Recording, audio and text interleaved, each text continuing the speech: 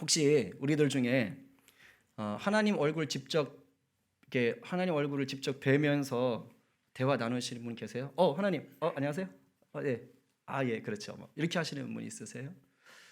아니면 뭐 거기까지는 좀 심했다 싶으면 하나님이 보내준 천사와 함께 이렇게 대화 나누면서 하나님의 뜻을 가브리엘, 오늘은 무슨 뜻이에요? 그랬군요. 오케이. 그 날개 얼마짜리예요? 뭐 이렇게 대화하시는 분 계셔요? 없으신 것 같군요. 보고 싶어하는 표정인데.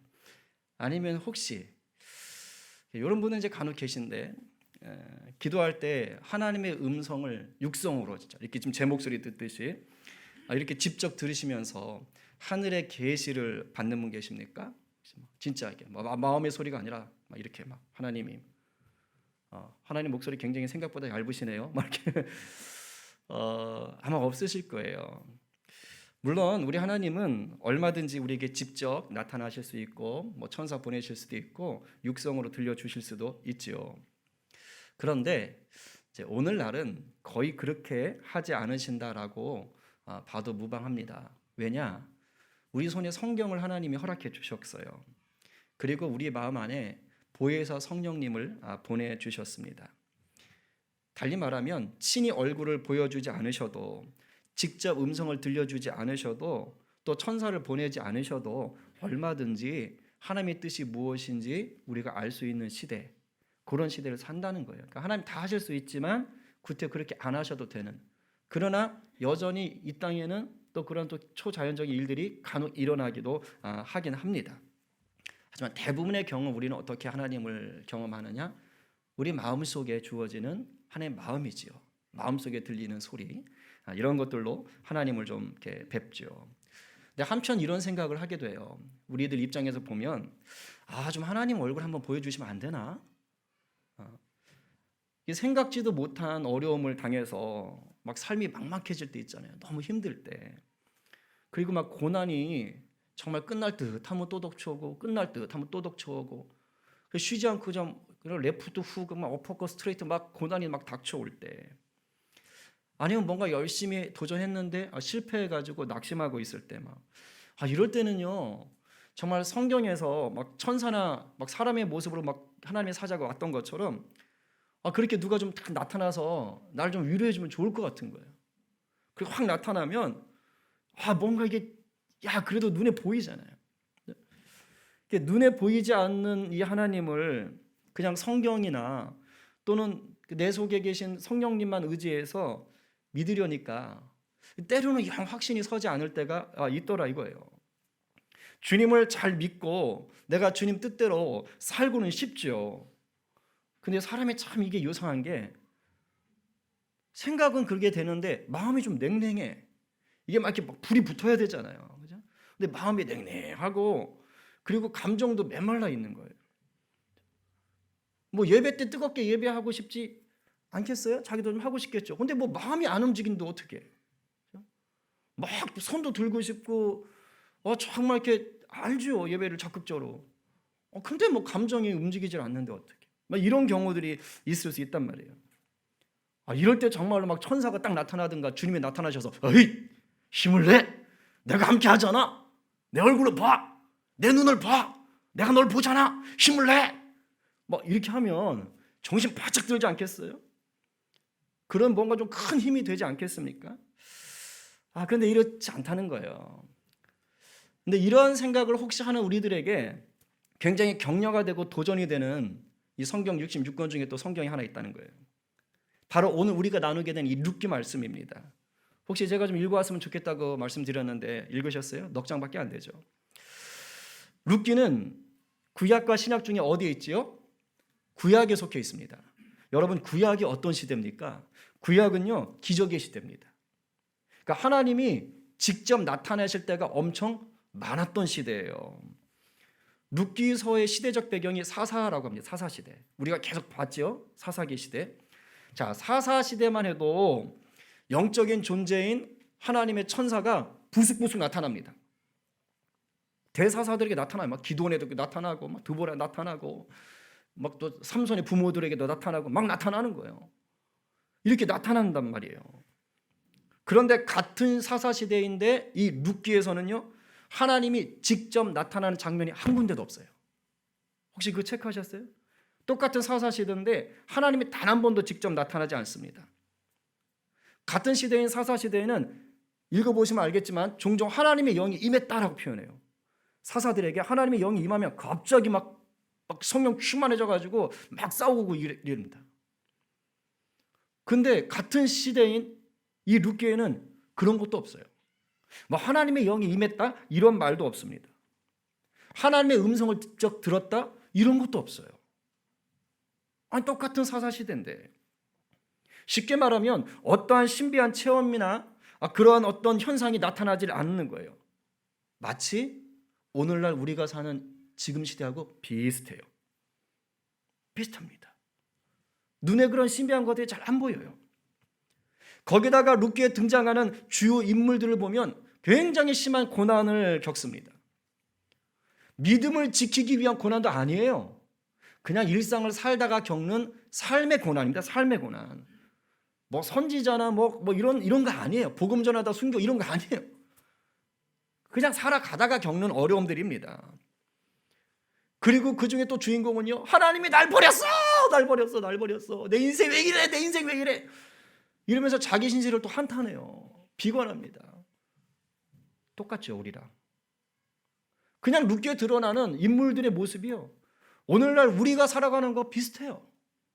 뭐 여러분들이 믿음을 지키다가 막 순교의 각오로 사시다가 어려움을 당하시나요, 주로? 그러고 싶은데 환경이 그렇지 않잖아요. 그냥 살다가 당하는 거, 살다가 일상생활 하다가 가정에서, 직장에서, 못된 상사 때문에, 그냥 눈에 넣어도 아프기만 할 것 같은 자식 때문에, 하여튼 뭐 이런 어려움들인 거예요. 우리가 살아가는 풍경과 그닥 다르지 않은 게 룻기 모습이에요. 그래서 낯설지가 않아요. 그냥 먼 나라 얘기 같지 않고 옆집 얘기 같은 게 룻기 이야기입니다. 그런데 여러분, 이 룻기에 하나님의 놀라운 은혜가 흐르고 있어요. 바닥까지 무너져 내린 인생들에게 하늘의 기쁨을 맛보게 하는 우리 주님의 일하심이 보여요. 보인다고요. 비록 주님이 직접 눈에 보이지는 않지만, 비록 주님의 음성이 귀에 직접 들리지는 않지만 여전히 주님이 신실하게 일하고 계신다는 것을 우리가 느낀다는 것이에요. 그래서 오늘 이 말씀은 우리에게 도전이 됩니다. 그래서 우리는 이 말씀을 대할 때 이러한 은혜를 갈망하게 되는 것이에요. 이 시간 영의 귀를 활짝 여시기 바랍니다. 졸음에 여러분들을 맡기지 마세요. 이거 습관입니다. 마귀가 하는 거예요. 꼭 그런 거 있잖아요. 쌩쌩한데 예배 때만 되면, 특히 설교 때만 되면, 그렇죠? 이게 싸우셔야 돼요. 싸우셔야 돼요. 마귀가 하는 짓이에요. 이 시간 정말 주님 말씀을 기대하고 은혜를 사모하시기 바랍니다.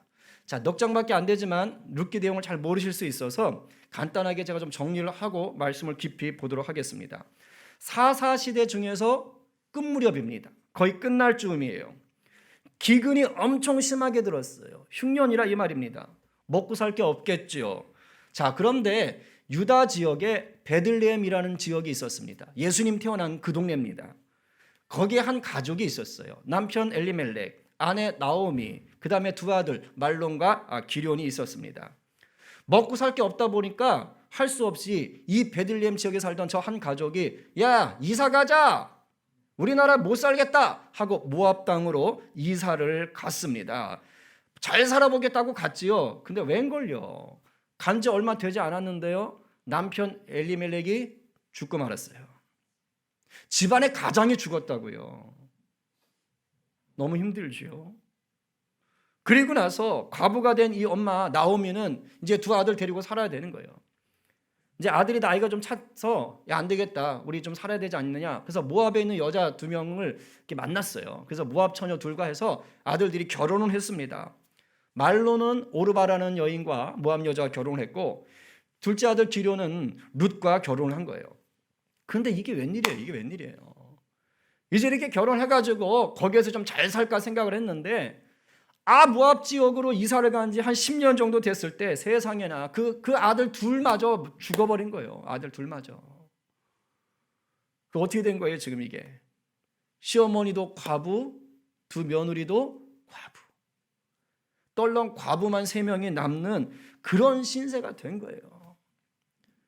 여러분, 지금은 어떤지 모르겠지만 이 시대만 해도 과부는요 사람 취급을 못 받았어요. 대접을 못 받았어요. 고아나 나그네처럼 아주 천대받았다고요. 그야말로 비참하고 처량한 신세로 쫄지에 전락해버린 거예요. 먹고 살아보겠다고 이사를 갔는데 10년 만에 완전히 망해버린 거예요. 그때 나오미의 귀에 고국의 소식이 들린 거예요. 내 고향 고국 땅에 하나님의 은혜를 베푸셔서 먹을 양식이 있대더라. 내가 여기 살 이유가 뭐가 있나? 그러면서 이제 다시 돌아가기로 하는 겁니다. 고향 땅 베들레헴으로 다시 돌아가기로 하는 거예요. 그래가지고 두 며느리랑 함께 이제 고향으로 돌아가려고 출발했어요. 근데 출발했는데 영 마음이 불편한 거예요. 엄마 나오미가. 왜냐하면 이방 여자, 딴 나라 여자 며느리 둘 데리고 가려니 그 과부 데리고 가려니까 미안한 거예요. 그래서 가다가 안 되겠다. 얘들아, 니네 그냥 니네 나라로 돌아가라. 괜히 나 따라왔다가 고생만 직살하게 하겠다. 니네 가서 새 삶 사줘. 새 인생 찾아. 그러니까 며느리들이 그래도 착했어요. 안 돼요, 어머니. 어떻게 해요? 가라고! 가! 그러니까 첫째 며느리 오르박 정 그러시다면 그리고 울면서 돌아갑니다. 첫째는 돌아갔어요. 근데 둘째 룻은 독해요. 둘째 며느리가 아주 독해요. 룻이 싫어요! 싫다고요! 하면서 끝까지 버팁니다. 난 어머니랑 같이 갈 거예요. 그래서 결국 나오미는 둘째 며느리 룻을 데리고 고향 베들레헴으로 돌아왔어요. 10년 만에 고향으로 돌아왔더니 마을 사람들이 막 반기는 거예요. 아이고 당신이 나오미요 나오미요 반기는데 나오미는 그냥 창피해 죽겠는 거예요. 민망한 거예요. 왜 그래요? 과부가 돼서 왔잖아요. 쫄딱 망해서 왔잖아요. 거기다 과부 며느리까지 데리고 왔잖아요. 처지가 비참하잖아요. 나 나오미라고 하지도 말아. 나 인생 아주 써버려. 말하라 그래 말아. 말아가 쓰다는 뜻이거든요. 인생 이름을 바꿔버리는 거예요. 내 인생 망쳤어. 하나님이 왜 이렇게 만든 거야. 그리고 이제 사는데 며느리가 그런 거 먹을 게 이제 먹어야 되잖아요. 그러니까 어머니 제가 저기 밭에 가서 이삭이라도 좀 주워 올게요. 이러다 굶어 죽겠어요. 그래가지고 어머니가 보냈어요. 그리고 와서 마침 이삭을 주스러 갔는데 그 밭이 어디냐? 이 나오미네 집안 남편 집안 쪽에 친척인 거예요. 친척 보아스라는 친척의 밭입니다. 보아스가 그 밭에 나왔다가 못 보는 여인 룻을 본 거예요. 저 처자가 누구요? 그래서 봤더니 자기 친척 나오미 집안에 며느리란 얘기를 든 거예요. 그 좋은 소문이 들렸던 거죠. 그래가지고 허허 이거 참 잘 만나네 하고서는 그 저기 자매 어디 딴 데 가지 마셔. 그냥 우리 밭에서 안전하게 이삭 막 넣고 주소. 다 주소 가도 괜찮아. 그리고 음식까지 대접하고 한 거예요. 그러니까 쪼르륵 이제 룻이 집에 돌아와가지고 어머니 놀라운 일이 있었어요. 제가 밭에 이삭을 주스러 가는데 세상에 그게 친척네 집이라네요. 보아스. 그러니까 이제 시어머니 나오미가 듣더니 아이고야 그 사람이 참 귀하. 야, 그 집이 우리 집에 기업 물을 집이요 라고 얘기를 해주는 겁니다. 옛날 이스라엘에는 기업 무르는 제도라는 게 있었어요. 기업 무르는 제도. 이게 뭐냐면 이거예요. 내 가까운 가족이나 친척 중에 어려움을 당하잖아요. 그러면 가까운 가족이나 친척이 도와주는 거예요. 도와주는 거. 왜 우리들도 지금도 이렇게 우리 가족들, 형제들이나 친척들 어려울 때 도와주시잖아요. 이제 그런 건데 그걸 조금 법처럼 만들어 놓은 거예요. 만약에 제가 뭐 이렇게 어려워서 형편이 어려서 땅을 팔았다, 아니면 빚을 졌다. 그럼 뭐 저희 형제들이나 저희 친척 중에서 가까운 쪽에서 그 땅을 대신 사서 저한테 주든가, 아니면 빚을 대신 갚아주든가 뭐 이런 거예요. 겉으로 볼 땐 되게 좋아 보이죠. 근데 거의 이런 제도가 잘 실행은 안 됐어요. 왜냐하면 누가 손해 보면서 이걸 하겠어요. 그래서 당사자가 찾아가서 부탁을 할 때 그때 가까운 친척이 도와줄 의향이 있어야 되는 거예요. 형편도 맞아야 되고. 어쨌든 이런 제도가 있었습니다. 그래서 나오미가 기업 물을 자인 그 보아스의 밭에 가서 이삭을 주었다는 얘기를 딱 듣고 야 맞아 저 집이 좀 잘 살지 그러면서 자기 며느리가 보아스랑 재혼을 하면 좋겠다 이 생각을 한 거예요. 왜냐하면 그럼 기업을 물러주는 게 되는 거예요. 그래가지고서는 며느라 일로 와봐. 자, 오늘 저기 보리타작하는 날이다. 오늘 너 화장 좀 이쁘게 하자. 자, 향수도 좀 뿌려. 그리고 보내요. 가서 청혼하라고. 어머니가 시어머니가 다 뒤에서 코치하는 겁니다. 이렇게 해야 돼. 함부로 나대면 안 돼. 밤까지 조용히 있어. 그렇지? 예. 그렇게 해서 다 이제 얘기하는 겁니다. 근데 이제 룻이 착해요. 그래서 내 엄마 여기서 또 갔어요. 그래가지고 밤에 자는데 이불 밑에 이렇게 있다가 그래가지고 이제 얘기합니다. 만나가지고 저기요 보아스, 당신이 저희 집에 기업 물을 차례요.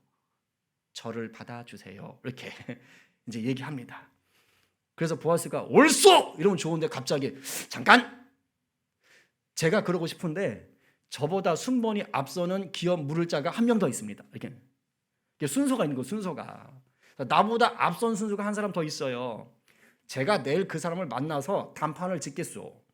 그래서 그 사람이 자기가 기업을 물은다 그러면 당신은 그 사람한테 가셔야 되고, 그 사람이 내가 기업을 물으지 못하겠어 하면 당신은 나랑 결혼할 수 있어. 이렇게 얘기하는 거예요. 그리고 이제 다음 날 이제 그 사람을 만났습니다. 기업 물을 자를 10명의 증인들과 만났어요. 그래가지고 이렇게 얘기했는데 어우, 나는 그런 재산상 손해를 볼 수가 없습니다.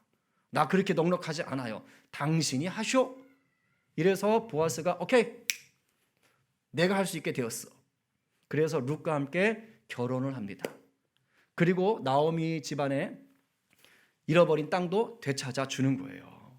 자, 여기서 끝나느냐? 그렇지가 않나요. 이제 보아스가 결혼을 했어요, 룻과. 근데 보아스와 룻 사이에서 누가 태어났느냐? 오벳, 아까 말씀 읽었지요? 오벳이라는 아들이 태어납니다. 그런데 이 오벳이 태어나면서 내 신세 왜 이래! 라고 신세 망쳤다고 슬퍼하던 나오미가 급 기뻐하는 거예요. 자기 집안의 대가 끊어지지 않게 됐거든요. 그런데 더 큰 기쁨이 있어요. 이 오벳의 아들의 아들이 누구예요?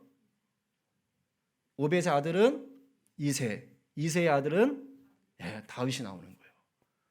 이스라엘의 최고의 왕 다윗의 가문으로 흘러가는 거예요. 사사시대가 어느 시대라고요? 그때 왕이 없으므로 사람들이 지멋대로 살았더라, 이런 시대거든요. 그런데 하나님이 원하는 그 좋은 왕이 바로 이 어두운 사사시대 속에서 태어나는 거예요. 이렇게 이야기가 마무리됩니다. 여러분, 지금 이 이야기 속에는 고난이 나와요. 어떤 고난? 기근이라는 고난, 남편을 잃고 과부가 되는 고난, 그리고 먹을 것이 없어서 이삭을 주어야 되는 가난이라는 고난 이야기가 나와요.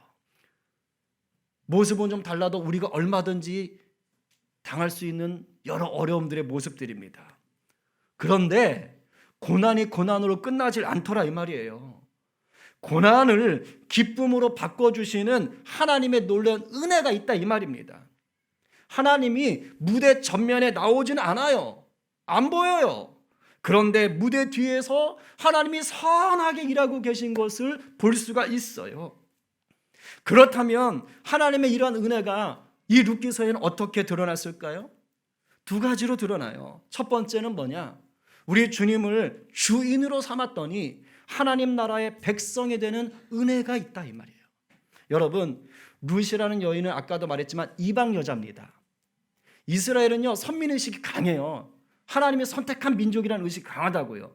그래서 상대적으로 이방 사람들을 우습게 여겼다고요. 거기다가 이 룻은 과부 신세가 돼버렸어요. 자, 볼까요? 영적인 의미로는 누굽니까? 구원 바깥에 있는 사람이에요. 그리고 사회적인 의미로는 어떤 사람이에요? 당시에 제대로 대접을 받을 수 없었던 여자인데다가 거기에 과부이기까지예요. 영적으로도 육적으로도 대접받기 힘든 사람이었다고요. 그런데 이랬던 이 여자의 인생이 완전히 달라진 거예요. 누굴 만났어요? 보아스. 보아스라는 신실하고 부유한 사람을 남편으로 얻었습니다. 이것만도 좋은데 아들을 낳았는데 그 아들이 오벳이에요. 그리고 그 아들이 이세로 다윗으로 이어지는 왕족의 가문이에요. 이방 여자가, 과부였던 자가 버림받았던 자가, 신세 망쳤던 자가 왕족의 가문으로 들어갔다고요. 여러분, 어디 이뿐인 줄 아십니까? 다윗의 가문에서 누가 태어나십니까? 바로 예수 그리스도. 이방 여인이고 과부였던 룻이 예수님의 족보에 들어가는 영광을 누리게 되었다, 이 말이에요. 어떻게 이렇게 놀라운 일이 벌어질 수가 있었어요?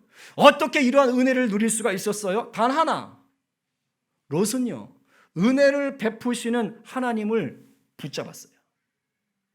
은혜 베푸시는 하나님을 붙잡았다고요. 나오미가 며느리들 데리고 가다가 야, 안 되겠다. 이제 그냥 돌아가라. 내가 너희들 고생시키면 안 되겠어. 그냥 돌아가서 새 생활해. 니네 마음에 맞는 남자 만나서 잘 살아. 이 애미 때문에 고생하지 말고 이제 우리 관계 끝. 이렇게 얘기할 때요, 그때 룻이 시어머니 나오미에게 했던 말이 있습니다. 하나님을 붙잡았다는 증거. 같이 한번 읽어봅시다. 자, 여러분이 룻의 심정이에요. 다 함께 시작. 룻이 이르되 내게 어머니를 떠나며 어머니를 따르지 말고 돌아가라. 강권하지 마옵소서. 어머니께서 가시는 곳에 나도 가고 어머니께서 머무시는 곳에서 나도 머물겠나이다. 어머니의 백성이 나의 백성이 되고 어머니의 하나님이 나의 하나님이 되시리니 어머니께서 죽으시는 곳에서 나도 죽어 거기에 묻힐 것이라. 만일 내가 죽는 일 외에 어머니를 떠나면 여호와께서 내게 벌을 내리시고 더 내리시기를 원하나이다 하는지라. 아멘. 단순히 시어머니 대한 효성이 아니에요. 하나님을 붙잡고 있어요. 솔직히 시어머니 말을 듣고 모압 땅으로 돌아갔으면 룻도 더 편할 수 있지요. 시어머니하고 이제 관계가 끊어졌으니까 완전히 자유 아닙니까? 자기가 새로운 인생을 살 수 있었다고요. 그런데 룻은 그렇게 하지 않았어요. 오히려 고생길을 선택했습니다. 자신이 한 번도 가보지 않았을 그 시댁의 나라, 그 나라로 지금 간 거예요. 과부가 되어서 과부 시어머니를 모셔야 되는 처지가 된 거예요. 고생, 불을 보듯 뻔하지요. 그런데도 불구하고 단호하게 시어머니를 따라 나선 이유가 무엇입니까? 시집을 와서 살면서 믿게 된 여호와 하나님 신앙이 있었던 겁니다. 룻은 결혼하기 전에 자기 나라 모압의 신을 믿었겠지요. 모압의 신은 그모스입니다. 저렇게 생겼어요. 보이십니까?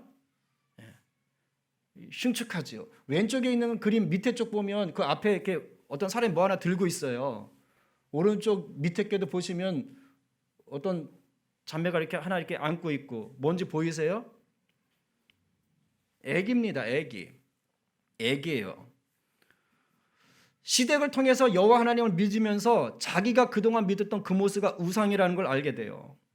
그모스 신은 무슨 신이냐? 네가 잘 먹고 잘 살고 싶냐? 그럼 네 자식 바쳐, 이거예요. 지금 들고 있는 게 애기들입니다. 유아 인신 제사를 드리던 것이 저 그모스 신입니다. 굉장히 잔인하고 포악한 신인 것이죠. 근데 하나님은 그렇지 않다는 것을 이제 룻이 결혼해서 알게 된 겁니다. 그래서 룻은 결혼한 다음에 가짜 신을 버리고 진짜 신, 참신이신 하나님을 선택한 거예요. 그래서 모압에 남아서 육신적으로 편해질 수 있는 그런 길을 버리고 차라리 몸은 힘들지라도 하나님 믿는 백성들과 함께 살기로 결심한 것입니다. 어머니의 백성이 내 백성이 되고, 어머니의 백성이 내 백성이 되고, 어머니의 하나님이 내 하나님이 됩니다. 결혼 생활 동안 자기가 붙잡아야 될 참신이 누군지를 알았던 거고, 세상적인 육신적인 고난 속에서 무엇을 붙잡아야 되는지를 알았던 것입니다. 그렇습니다. 하나님 안에 거하기로 결심하고요, 그렇게 살려고 할 때 하나님이 예비한 은혜를 누릴 수가 있는 겁니다. 보아스가 룻을 향해서 축복을 하는 장면이 있어요. 하나님을 찾는 자는 그가 어떠한 사람이든지 어떠한 환경이든지 출신이 무엇이든지 상관없이 하나님의 은혜 가운데 거할 수 있다는 것을 보여주는 굉장한 축복의 말입니다. 우리 한번 같이 여러분이 보아스가 되어서 이 말씀을 받도록 하겠습니다. 다 함께 시작. 보아스가 그에게 대답하여 이르되 내 남편이 죽은 후로 내가 시어머니에게 한 모든 것과 내 부모와 고국을 떠나 전에 알지 못하던 백성에게로 온 일이 내게 분명히 알려졌느니라. 여호와께서 내가 행한 일에 보답하시기를 원하며 이스라엘 하나님 여호와께서 그의 날개 아래에 보호를 받으러 온 내게 온전한 상 주시기를 원하노라 한지라. 이 얼마나 위대한 축복입니까?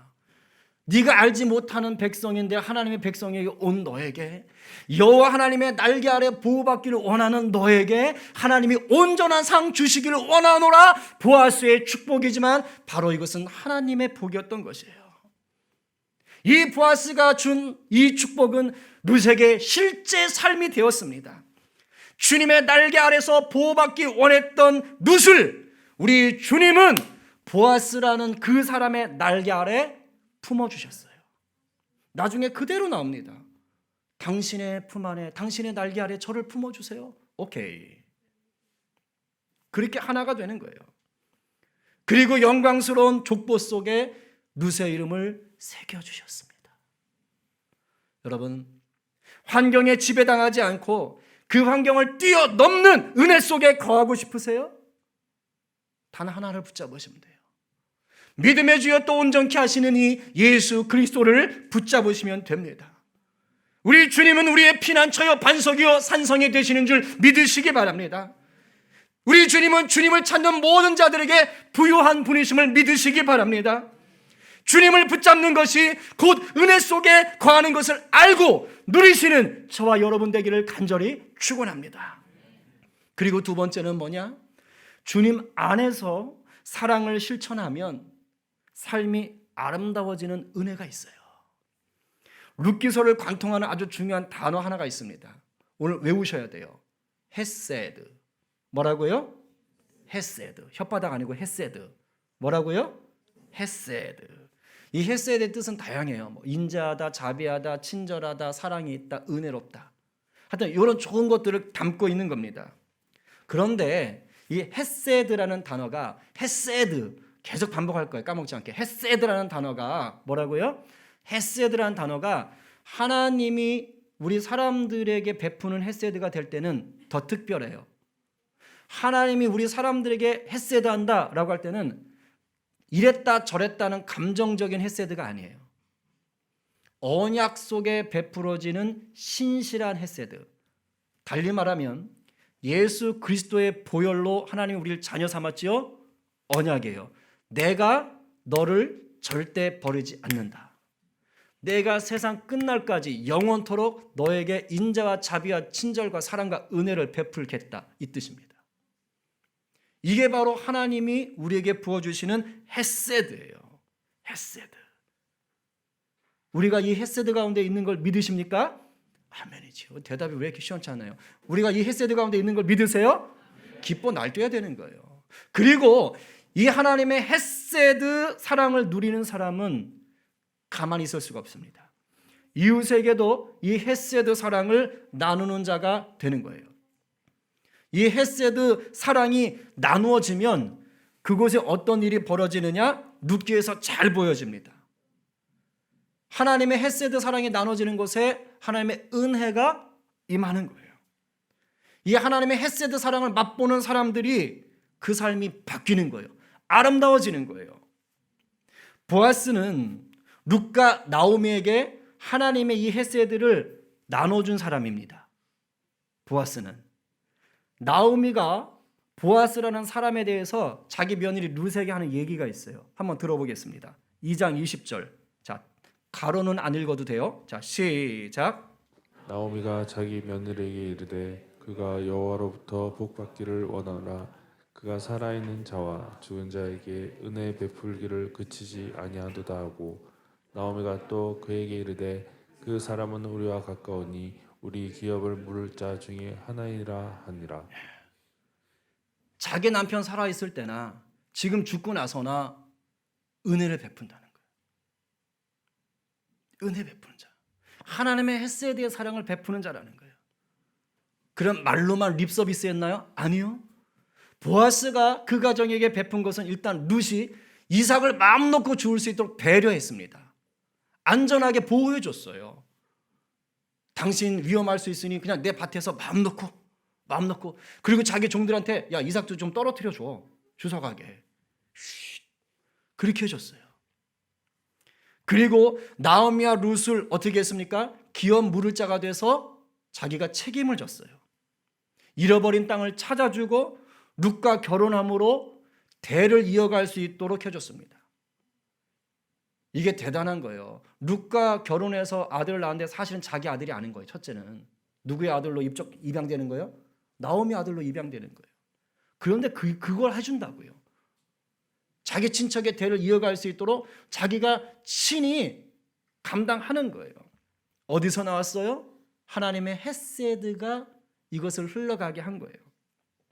한편 성경에 보면 룻기에 보면 룻도 보아스라는 남자에게 헤세드를 베풀었다고 보아스가 얘기합니다. 읽어보겠습니다.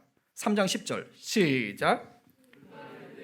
내 딸아 여호와께서 내게 복 주시기를 원하노라.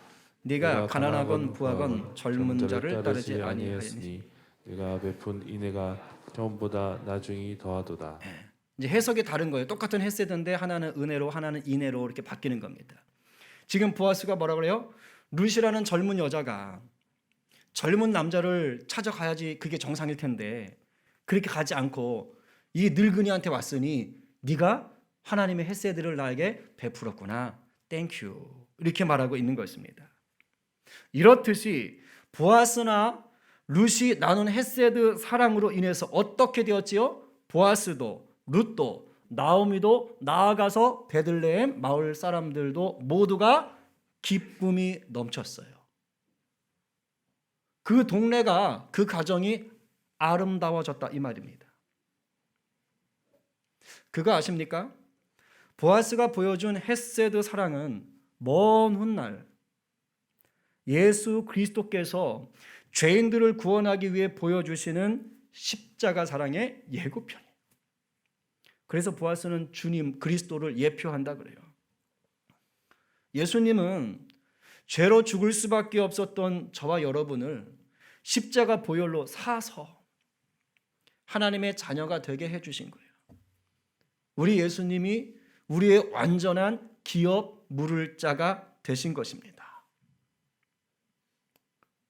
우리의 기업 물을 자가 되셨다고요. 그래서 우리 안에는 이 주님의 헤세드 사랑이 다 흐르고 있어요. 주님께서 고아 같던 우리를 자녀 삼아 주시고 우리 안에 성령으로 함께 하시며 끊임없이 이 헤세드 사랑을 계속해서 베풀고 계신 거예요. 그게 은혜인 거예요. 은혜. 여러분 아름다운 세상, 아름다운 하나님의 나라를 꿈꾸십니까?